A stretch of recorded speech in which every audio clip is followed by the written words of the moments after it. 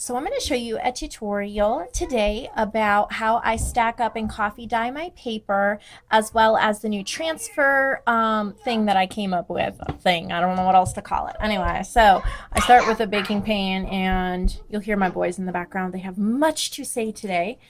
But here's my coffee, and I'm not going for a really heavy dark coffee today. So this is my grounds from yesterday. I just ran water through them again, and then I have my paper cut down to the size I want, and I have some paper punches in different colors. Now I've already used these once, so I'm going to use them again and see if they come out any lighter the second time than they did the first. So pretty much all I do, I'm going to move my, you don't need this in full frame here, so I can bring in, here's the pan I'm going to be drying them on. And I experimented, I was taking way too long coffee dyeing paper, and so I experimented with stacking them up and putting lots of layers and saving time. It works fine as long as you check on it every now and then and take off the dry ones and all that. So, you know, I soak and layer. So when you're soaking, I go ahead and overlap them a little. I think the more directions that you go, the more overlay there is, the more interest there is. So once I have a layer down, I grab some punches, colored punches, and I kind of figured this out by accident. But if you put them down on the paper, they kind of transfer. The coffee will seep through and transfer the color. It's really interesting. I was hoping for an effect. I just didn't realize that was the effect it was going for. So this is the paper for my second set of summer collection journals that I am working on. I did a set of 4, and I have a video on that, which I'll link at the end. They sold out within the first hour, actually the first view.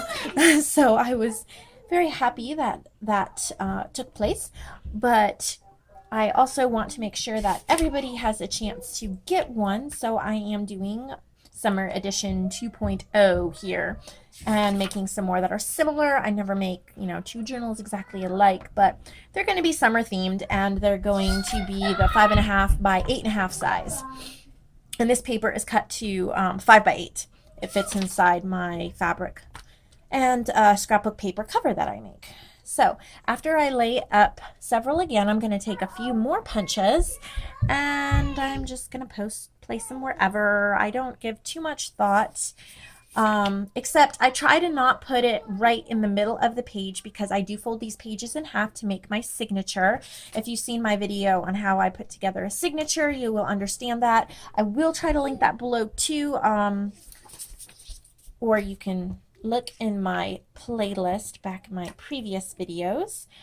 And then after I do some, I just start putting them, I don't know, just any which way, because the lines on the paper will transfer to the pages below. Here we go.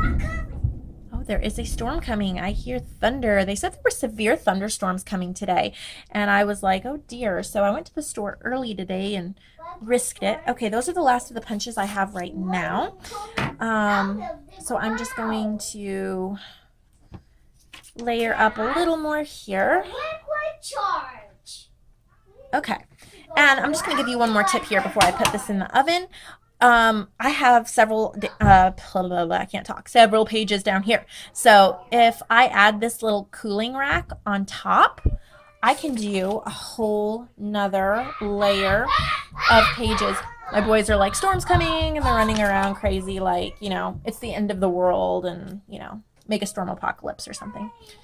So it's just a little bit of thunder. And I just go ahead and I layer them up on here several. And not only do I get the cool transfer lines, but I also have a little bit of drying space in between them and save time in my oven. So I hope that is a tip for you, and I will go ahead and pause this video, and I will come back once they are dry, and I'll show you what the transfer looks like. So here it is out of the oven, some of the sheets with the transfer from the punches on it, on the coffee dyed paper. So yeah, it came out really well. And that was the second time using those. I did throw them out because I think the color might be slightly lighter this time. Maybe not. But anyway, I did them twice. And so that's what the transfer looks like. So I hope that's a tip or a technique that you would like to try.